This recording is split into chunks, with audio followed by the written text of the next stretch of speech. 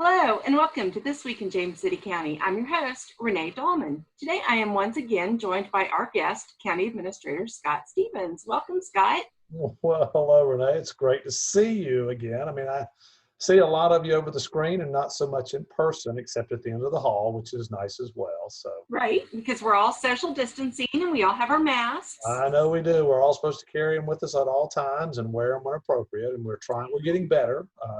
As your county staff, I think we're much better than we were. And that's a work in progress for all of us. And I would just encourage all of us to wear the mask. It seems to be a simple thing that we're told really makes a difference. And so that's one of those things that we all can do to do our part. So thanks for starting us off with that reminder, Renee. Well, very good. Well, I am sure that you have a lot to talk about. So you want to take it away? Well, I will. I have plenty to talk about, maybe more than most would like. And some of it's repetitive in terms of hurricane seasons here. And if we didn't know that, we had a pretty good taste of it last week with the tropical storm that pushed through. Fortunately for most of the county, it was a light wind event and some rain.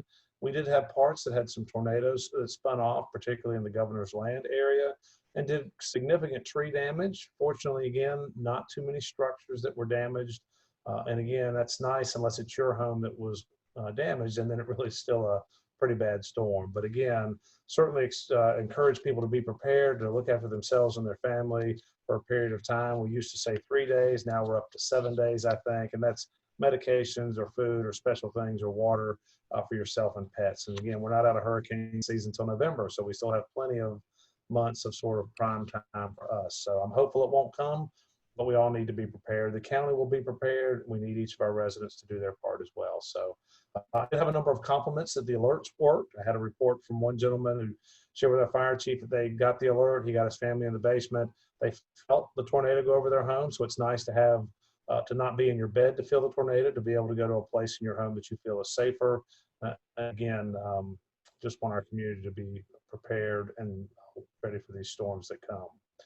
I do want, if I can interject real quick, Sure. For anybody that did not get an alert and were in the affected area, you can go to jccalert.org and register so you will get contacted, even if it's at 4 o'clock in the morning. You'd much rather know than not know. So. Very good. Well, thanks for that plug, Renee. And then the other thing I want to talk about again is COVID-19. We certainly have been talking about this for many months now and working through it. It's become, I guess, less of my daily work. And, for the first month or two, I felt like I spent almost all my time at work related to COVID. That really has reduced to probably 25 to 50% of my day is now COVID related. So at least feel like we're making progress getting back into some normal kinds of things. But our case count as of today was 617 cases. So that is continuing to increase. The increase in cases in the Hampton Roads area has led the governor to have some more stringent requirements for our areas. It's reduced some of the gathering number for private gatherings or public spaces from 250 down to 50. We have sort of a curfew on residents or restaurants in terms of selling alcohol.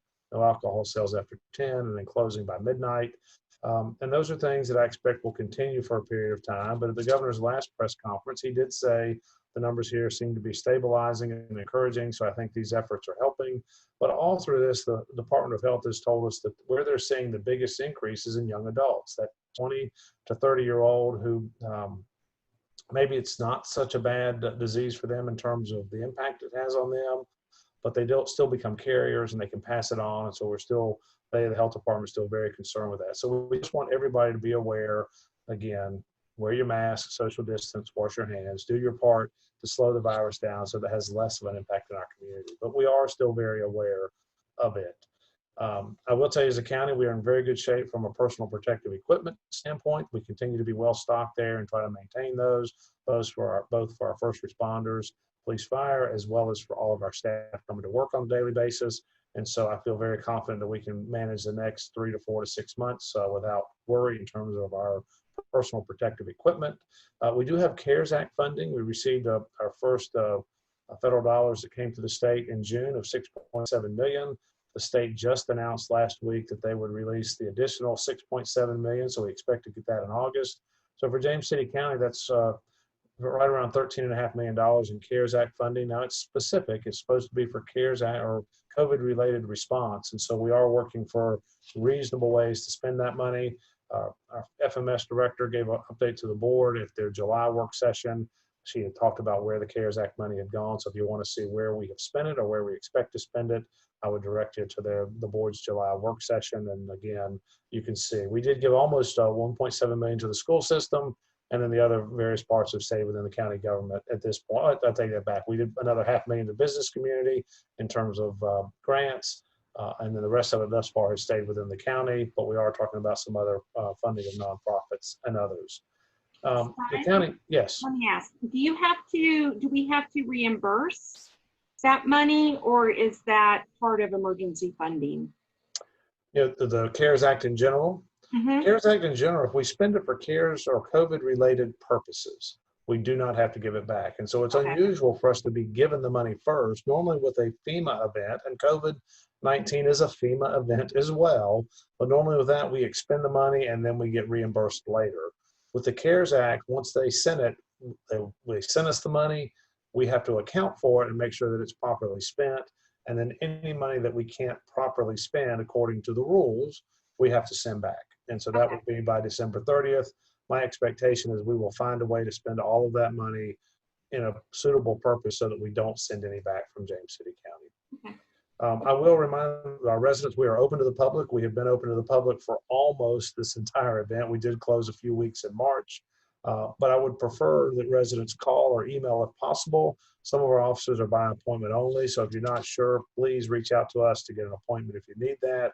But your county staff, we're here, we're working. Some of us are still teleworking, but we have staff in all of our offices and we are here to serve you. So if you need us, don't hesitate to call or email or come see us if necessary. You know, if you do need to come see us in person, and there are times where folks need to do that, please don't come if you feel bad or if you're sick, and please wear your mask as we alluded to earlier. Yeah, I'm excited to share that Busch Gardens reopened at least on a limited basis in August, and they're continuing through the end of August. I hope that goes very well for them. It is tough to run a park of that size with a limitation of 1,000 patrons at any one time. So their model is broken into 2 4-hour blocks so they can put 2,000 patrons a day through the park or a portion of the park. We'll continue to support their efforts to reopen in a safe manner, but to help improve our economy and the business community in and around Busch Gardens. As the county last year, we budget year to year, July 1st to June 30th. Our June 30th year ended with a surplus going into our savings account or our fund balance. That really is due a large part to our department's efforts to reduce spending. We pushed the departments to reduce what they were doing for the last 3+ months of our fiscal year. Doesn't mean it was easy for the departments, but it did produce the result that we didn't have to dip into our savings, and therefore we do have funding should we need it as we go forward through this pandemic. It's really too early in FY21, our current year, which began July 1st, to tell you just a whole lot or no lot yet. Most of our revenues lag a month or two, particularly our sales tax revenues, which are the large portion of things that we're having an impact as we go through this. So we'll know more in a few months, and our commitment to the board is to keep them updated on a monthly basis as to where we are and how we think the year is trending. But so far, signs are positive. And I guess I'll move in from that into some of our board meetings. Just to tell you, the board they're not meeting in August, but we do try to, or at least I try to summarize our board's meetings. And in July, the board met on July 14th. It had a rather lengthy agenda on July 14th. And so we had 8 grant awards, and I won't get into all of them, but totaling over $800,000. So I want to commend our staff where they were able to seek out those grants, and appreciate the board accepting those. We did award a contract for our Microsoft Enterprise Software Agreement, really our Microsoft Word and our email systems and PowerPoint, presentations, video conferencing, a pretty big contract, almost $700,000 as a 3-year contract to keep our systems running. We ordered annual engineering services, so if we need an engineer, we've already gone through a bidding process and we can perform the service quicker. They held 10 public hearings, or the Board of Supervisors held 10 public hearings, very few speakers on any of the items, so I won't get too far into the details, but again, it made for a lengthy meeting in terms of just moving through those processes. They awarded a $1.5 million contract for the Chickahominy Riverfront Park Living Shoreline. It does come with a 50% grant, but it'll take, if you've been to the park and sort of primitive camping area. You have a very steep erosion along the banks, and so you have steep drop off to the river. This project will fix that, will stabilize the bank, and I think visitors to that park will be very pleased. That project should be under construction in the next month and takes, again, until about springtime to be finalized. The board also awarded a $1.4 million contract to purchase the Brickyard Landing property that's on the Chickahominy River. It happens to be, we own the boat ramp. The county owns the boat ramp. This 100 or so acres is on either side of the boat ramp, so it will expand our ability there. It's really to preserve, expand our ability for riverfront access and water access for our community. The grant that helped fund that was about, again, another 50% grant. Is to preserve that land as a natural area, and so it will allow us to expand our parking, but mostly it will preserve that area as an area for recreation going forward. So pretty excited about those two projects. And then we had a number of board appointments during the July 14th meeting with the board as well. At their July 28th work session, the Board of Supervisors had an update from the Virginia Department of Transportation. Ross C. Carroll came and spoke with them and just talked about the projects going on. And there are a lot of projects going on throughout James City County. So I think that is really good for most of us in terms of improving traffic flow in and around the community. They also awarded a contract for current replacement of our cardiac monitors, about $650,000 worth. That's really coming in. What we have in service today expire in February, and it takes about 6 months to get them. So we're right on time with making that award and moving forward. Again, our finance or FMS director discussed our CARES Act money and where it's been spent. So I would encourage you to go look at that if you have a strong interest on where that money is going within the county. But a portion of it is going to be used to continue the extension of the waiver of credit card convenience fees, where normally doing business with the county, you would pay a 2.9% charge because that's what we owe to the credit card company. We are using a portion of the CARES Act money to extend the temporary waiver of that expired August 5th on through December 30th. So you can pay us by credit card without any kind of additional charge through December 30th. And then they adopted our 2020 Shaping Our Stores Master Plan update. Our staff had been working on this project for our three waterfront parks, I guess, for a period of 18 months or more. It was all staff driven, meaning we saved the cost of a consultant to do that. We held public input meetings where we were trying to see what you as a community would like to see in these parks. And everything from the marina property to the Jamestown Beach Event Park to the Chickahominy Riverfront Park. We have updated these maps. They are online, and they do have a lot of amenities that it doesn't mean we will build them, but at least it gives us a plan to work towards as funding becomes available to know what the community's desire is and what our intent is in terms of development of those parks. And I think that covers the meeting for July. As I said, there's no August meeting for the Board of Supervisors. They are holding a special meeting on September 1st, really to talk about the voter registrar's use of our recreation center, and so as an absent or early voting site.